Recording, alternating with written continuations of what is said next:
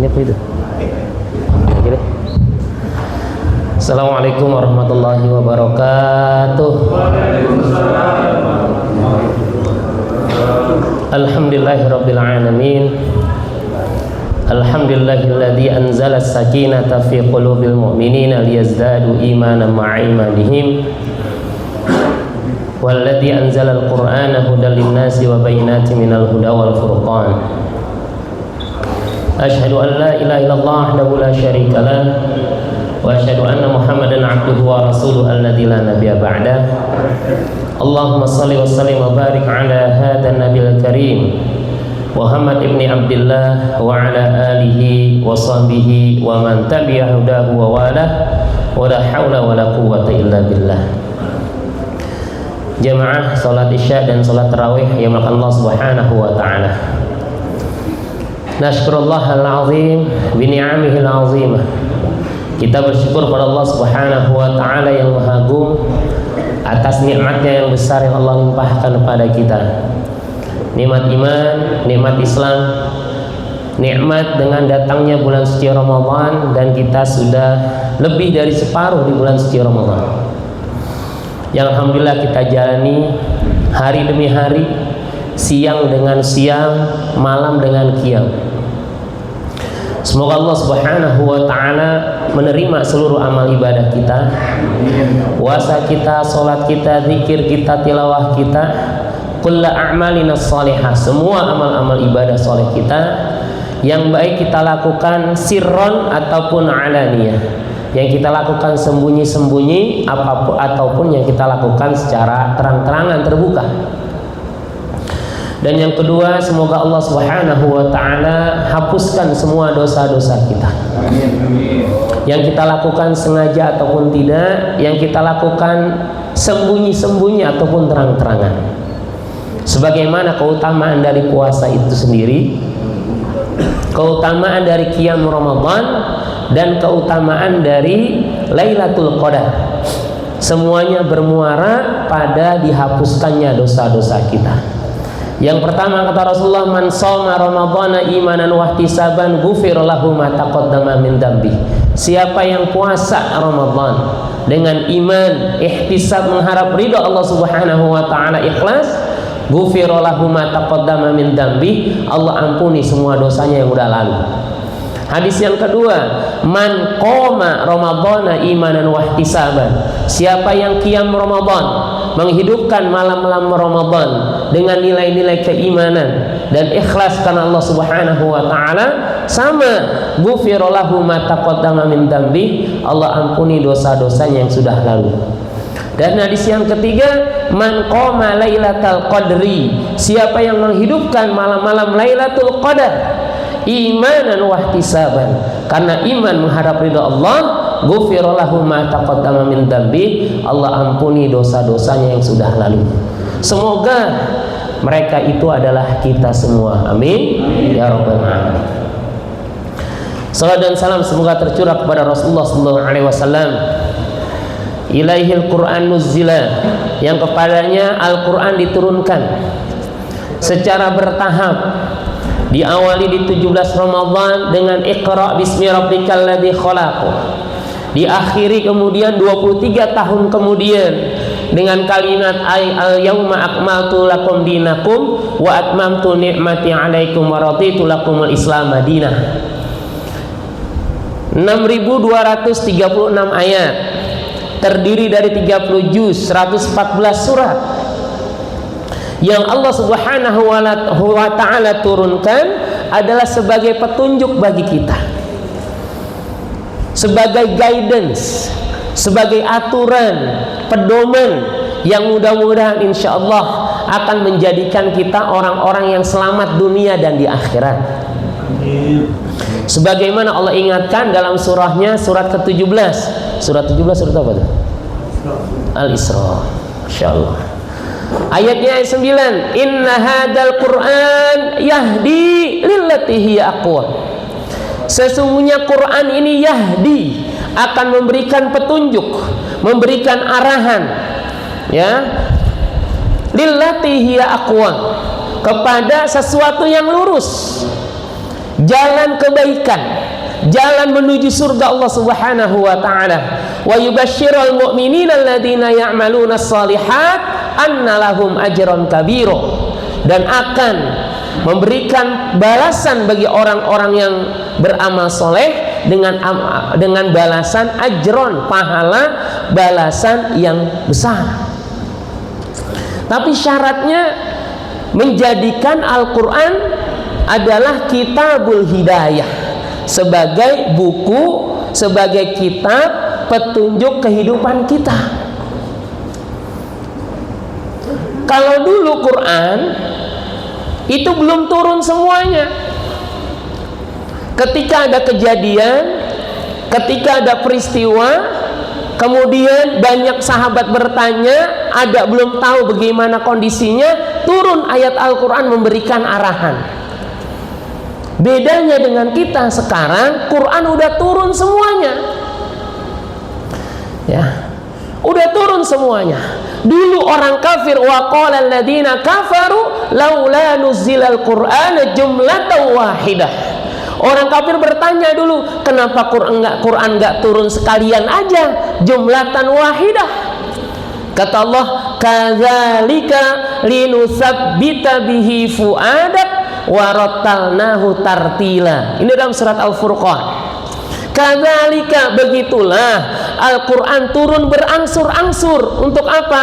Liyusabbita bihi fuadak, untuk menguatkan keyakinan di dalam diri kalian. Warattalnahu tartila, dan bacalah Al-Quran perlahan-lahan, jangan buru-buru, agar apa yang kita baca itu menjadi tasdik, menjadi penguat, pembenar di dalam hati-hati kita orang-orang yang beriman. Maka poin pertama ketika kita ingin menjadikan Al-Quran sebagai pedoman hidup kita, yang pertama kita harus yakin tentang kebenaran Al-Quran yang diturunkan oleh Allah Subhanahu wa ta'ala, dan Allah Maha tahu kebutuhan kita. Bahkan Al-Quran bertahan sampai sekarang, dari sejak diturunkan. Coba kita bayangkan, ada ayat Al-Quran mengatakan begini, ketika Fir'aun tenggelam, hatta idza adrakahul gharq, ketika Fir'aun tenggelam, kemudian dia mengatakan bahwa dia beriman kepada amanat bihi Banu Israel, kepada Tuhannya Bani Israel, wa ana minal muslimin, dan aku termasuk orang yang muslim. Ini kata Fir'aun. Tapi pas sudah tenggelam. Ini surat Yunus ayat 90. Ayat 91-nya kata Allah, al-ana wa qad asaita qablu wa kunta minal mufsidin. Baru sekarang kau taubat, baru sekarang mau berislam. Qad asaita, dulunya kau maksiat mulu. Wa kunta minal mufsidin, kau termasuk orang yang berbuat kerusakan. Kemudian kata Allah ayat berikutnya, fal yauma nunajjika, hari ini nunajjika, aku selamatkan, bibadanika, badanmu, litakuna liman khalfaka ayah, agar menjadi ayat tanda kekuasaan Allah, liman khalfaka, untuk orang-orang setelahmu. Coba bayangkan, hari itu diselamatkan jasad Fir'aun, tapi jasadnya belum ketemu. Ketemunya jasad Fir'aun baru di abad sekarang, ketika teknologi sudah sedemikian canggihnya, ilmu pengetahuan sudah sedemikian pesatnya, sehingga bisa meneliti sebuah benda, termasuk sejak kapan benda itu ada. Bahkan zaman prasejarah bisa diprediksi sebelum ada sejarah. Ini sejak zamannya Fir'aun. Akhirnya ditemukanlah di abad 20 itu yang namanya mumi Fir'aun. Sampai sekarang ada di Mesir. Dulu ketika ayat ini turun 1400 tahun yang lalu, maka ayat ini belum terbukti dengan kasat mata. Tapi yang dilakukan oleh orang-orang beriman saat itu, ketika ini adalah ayat Allah, maka dia akan mengatakan Shadaqallah, maha benar Allah. Dan itulah semangat yang harus ada pada diri kita. Setiap ayat Al-Quran, mulai dari suratul Fatihah sampai surat An-Nas, maka tidak ada yang kita beda-bedakan. Kita akan mengatakan Tanzilum mir Rabbil Alamin. Semua ayat ini diturunkan oleh Allah, Allah yang mengatur alam ini. Maka yang pertama adalah yakinkan dalam diri kita terhadap Quran, dzalikal kitabu la raiba fi, tidak ada keraguan kita kepada Quran. Di saat banyak orang bisa jadi yang nggak suka dengan agama kita makin memberikan tasykik, keraguan-raguan orang muslim terhadap kebenaran Qur'annya. Yang kedua, coba bayangkan ketika ayat Isra dan Mi'raj. Surat apa Isra Mi'raj? Ya Isra lah gitu kan. Ayat pertama.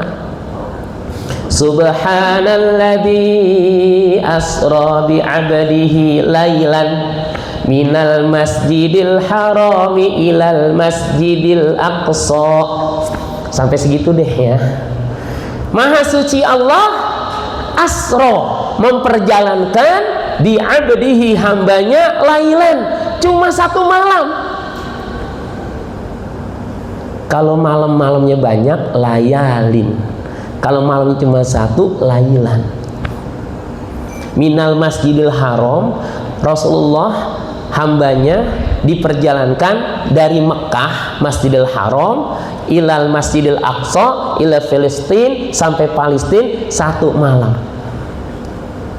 Padahal pada saat itu banyak kafilah-kafilah yang sudah biasa dagang ke Syam. Perjalanan mereka berhari-hari.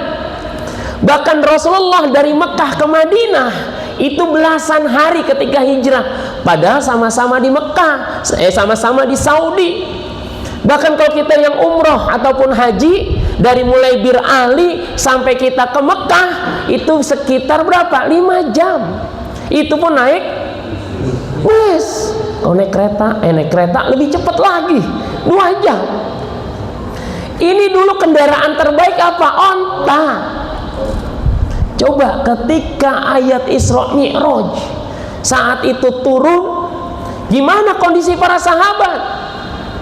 Sampai akhirnya ada yang mendekati Abu Bakar As-Siddiq. Ya Abu Bakar, wahai Abu Bakar, sahabat mutu Muhammad mengatakan begini tentang Isra Mi'raj. Niatnya apa? Memberikan tasykik, memberikan peragu-raguan kepada Abu Bakar.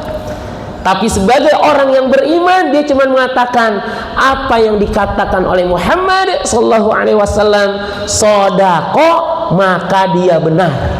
Karena yang dikatakan itu adalah ayat Quran atau wahyu, sebagaimana firman Allah, wa ma yantiqu 'anil hawa in huwa illa wahyun yuha. Yang tidak dinutukkan, diutarakan, dia tidak mengutarakan berdasarkan hawa nafsunya.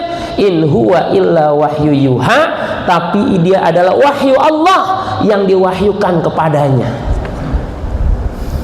Dan dengan wahyu ini menjadikan Rasulullah itu adalah orang yang mulia. Dan ternyata benar. Kata Rasulullah, innallaha yarfa'u bihadzal kitabi aqwaman wa yaduhu bi akhirin. Allah akan memuliakan suatu kaum dengan Al-Quran. Dan ternyata bulan diturunkannya Al-Quran menjadi bulan yang terbaik, yaitu bulan Ramadan. Syahrul Ramadan alladzi unzila fihil Quran.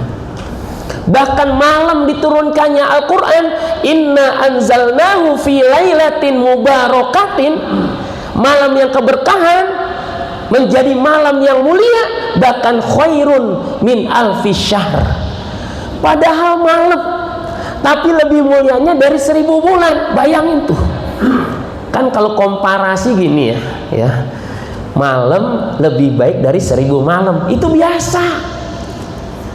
Tapi malam Lailatul Qadar, karena di dalamnya diturunkan Al-Quran, khairun min alfi syahr, bukan lebih baik dari 1000 malam, lebih baik dari 1000 bulan. Karena begitu mulianya malam diturunkannya Al-Quran. Bahkan Jibril itu manusia, malaikat, tapi namanya dibedakan dengan malaikat yang lain.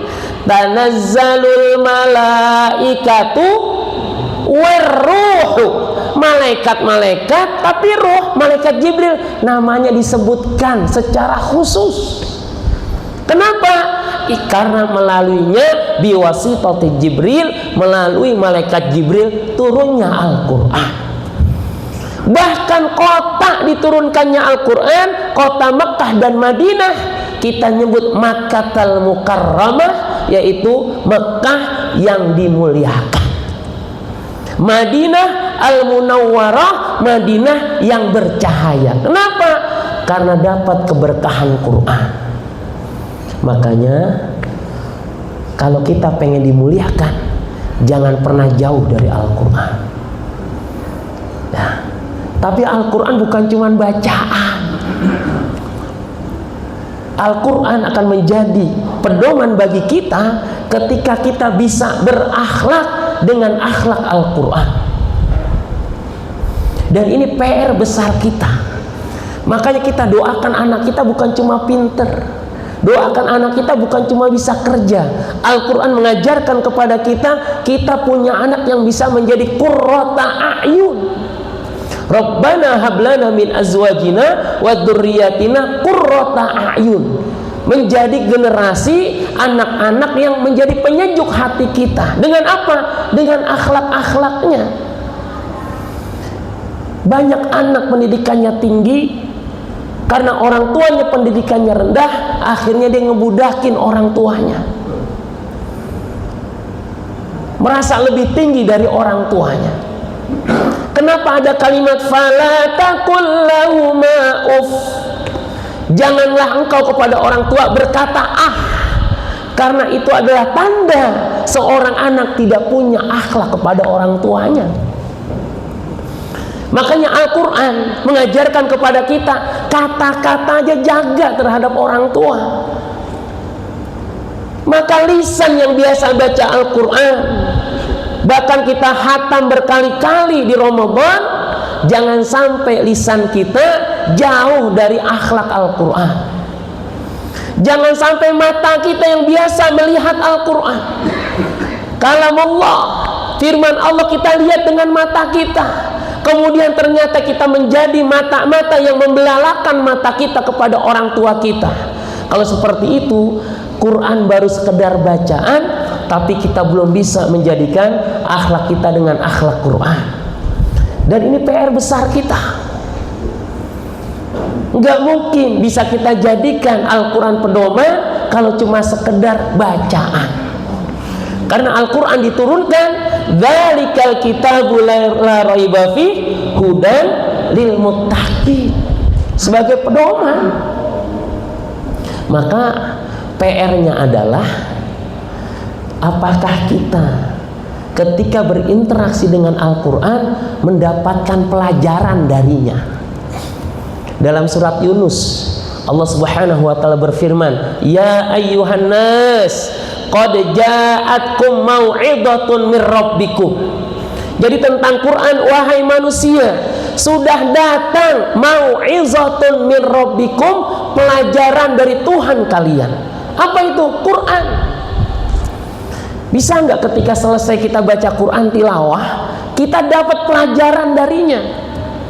Bisa nggak ketika kita tadi dengar bacaan Quran Imam Ustadz Ihsan baca, kita dapat pelajaran darinya? Bisa nggak kalau misalnya di masjid kemudian ada diputerin ayat Al-Quran, kita dengar, kita bisa dapat pelajaran darinya?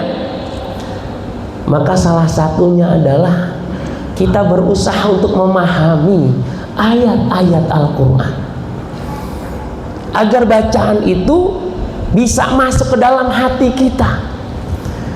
Kita dengarkan ayat Al-Quran, suratnya surat Al-Anfal ayat kedua. Gimana Pak Ihsan bunyinya? Itu ayat pertama ya. Innamal mu'minuna alladzina idza dzukirallahu wajilat qulubuhum wa idza tuliyat alaihim ayatuhu zadathum imana wa ala rabbihim yatawakkalun. Innamal mu'minun. Saya pernah ngasih tahu apa bedanya innama dengan inna. Kalau inna artinya sesungguhnya, tapi kalau ada emanya, innama artinya cuma. Innal mu'minun salah. Kalau betul ya. Innal mu'minin. Kalau innamal mu'minun gitu. Jadi gara-gara ada ma, itu huruf mukminnya bisa berubah. Di surat Al-Hujurat innamal mu'minuna. Tapi kalau tanpa ma jadinya innal mu'minin. Artinya ma itu punya makna yang besar. Apa salah satunya? Takhsis, dia menjadikan khusus. Adatul hasr, dia menjadi alat yang membatasi. Tidak semua orang bisa punya ciri ini. Ciri ini cuma didapatkan oleh orang-orang yang beriman. Siapa? Innamal mu'minuna idza dzukirallahu wajilat qulubuhum. Cuma orang yang beriman, kalau dia diingatkan tentang Allah, wajilat qulubuhum, hatinya itu bergetar.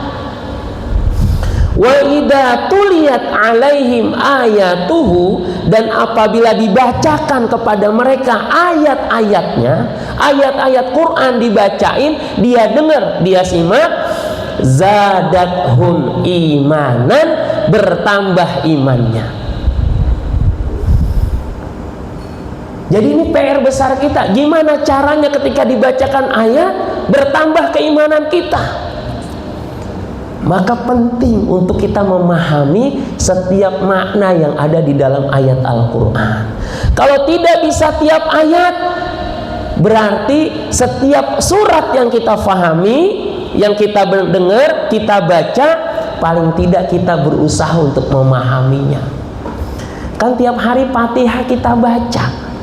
Jangan sampai kita membaca cuma sampai di mulut kita, tapi hati kita, pikiran kita kemana-mana. Imamnya baca Fatihah, pikiran kita masih mikirin kaki teban sebelah yang mepet-mepet mulu. Ya, imam baca Fatihah, kita masih mikirin di depan. Kenapa? Yang mau kena pakainya ada logonya, logo BSM. Mikirin aja. Ya. Udah gitu yang di depan, misalnya mohon maaf, kan ada yang pakai jilbab bercorak tuh, diliatin aja coraknya. Ya, yang repot tau enggak? Yang repot nih sholat id, alasnya koran. Imamnya baca, dibaca koran. Ya, maka penting simak, denger, agar apa? Kalau dia paham, maka tuliyat alaihim ayatuhu zadathum iman, bertambah imannya. Dan orang-orang yang beriman terhadap ayat-ayat Al-Quran, innama qaulal mu'minina idza du'u ilallahi wa rasulihi liyahkuma bainahum ayyaqulu sami'na wa ata'na. Dan orang beriman terhadap Al-Quran, kalau dia dengar panggilan Allah dan Rasulnya untuk menerapkan hukum di antara mereka, maka orang beriman cuma mengatakan sami'na wa ata'na, kami dengar dan kami taat. Itu yang menjadikan dia terjaga hidayahnya. Makanya interaksi dengan Al-Quran bukan interaksi cuma di Ramadan. Interaksi dengan Al-Quran adalah interaksi sepanjang hayat kita, sebagaimana Rasulullah sejak mendapatkan Iqra bismi rabbikal ladzi khalaq sampai dengan dia wafat, dibimbing dengan ayat-ayat Al-Quran. Cara bicaranya Al-Quran ngajarin, walaupun cara ngajarkannya tidak langsung, ya Muhammad katakan gini, enggak juga. Contoh misalnya kisah Nabi Musa dengan Harun ketika diperintahkan oleh Allah untuk mendakwahi Fir'aun. Suratnya surat Thaha. Kata Allah, idhaba ila fir'auna innahu tagha. Pergilah kalian berdua. Ini bahasa Arab ya. Kalau idhab, yang disuruh pergi cuma satu orang. Itu ada di surat An-Nazi'at. Idhab ila fir'auna innahu tagha. Gitu kan? Tapi kalau di surat Thaha berdua, idhaba, ada alifnya. Hai kalian berdua, siapa? Musa dan Harun. Idhaba ila fir'auna, pergi sana ke Fir'aun. Innahu tagha, dia sudah melampaui batas. Faqula lahu qawlan layyina, berkatalah kepada Fir'aun dengan kata-kata yang lembut. Asa ayyatadzakkaru aw yakhsha, niscaya dia akan ingat dan akan takut pada Allah. Kalimat seperti itu, qaulan layyina, itu bukan cuma kata-kata Nabi Musa, itu cara bagaimana Allah mengajarkan kita berkata-kata yang lembut. Ada kata-kata, ya ayyuhalladzina amanu taqullaha wa qulu qaulan sadida. Wahai orang beriman, bertakwalah kepada Allah dan berkatalah dengan kata-kata yang benar. Benar kayak gimana? Khaliyan minal kadzib, jauh dari hoak, jauh dari dusta. Ini perintah Quran surat Al-Ahzab, membentuk akhlak kita. Kalau kita ngomong, jangan asal jeplak, jangan asal goblek, ya. Tapi pikirin dulu, benar apa enggak. Apalagi ada unsur kebohongan, itu akhlak. Ketika kita lagi tilawah, dari mulai suratul Fatihah sampai surat Al-Ahzab, dapat kalimat itu, ya Allah, pas banget nih ditegur. Tadi habis bohong sama anak gitu, tadi habis bohong sama bini gitu, tadi habis bohong sama suami gitu. Bayangin tuh, setiap ayat kita baca, selalu kita seakan-akan ayat itu sedang menegur kita. Bicara tentang surga, seakan-akan ayat itu ngajak kita masuk ke dalam surga. Ketika bicara tentang neraka, seakan-akan ayat itu menjadikan kita hati-hati terhadap neraka. Ketika bicara tentang akhlak yang baik, seakan-akan ayat itu ngajarin, ayo berakhlaklah yang baik. Ketika bicara tentang orang-orang yang Allah musnahkan, seakan-akan ayat itu mengajarkan kita, jangan tiru mereka. Dan itulah cara kita menjadikan Al-Quran sebagai pedoman hidup kita. Maka perhatikan diri kita dan keluarga kita, Pak. Bisa jadi kita udah rajin ngaji, pertanyaannya anak kita gimana? Ya, bagaimana cucu kita? Ini terakhir ya Bu ya, terakhir Bapak.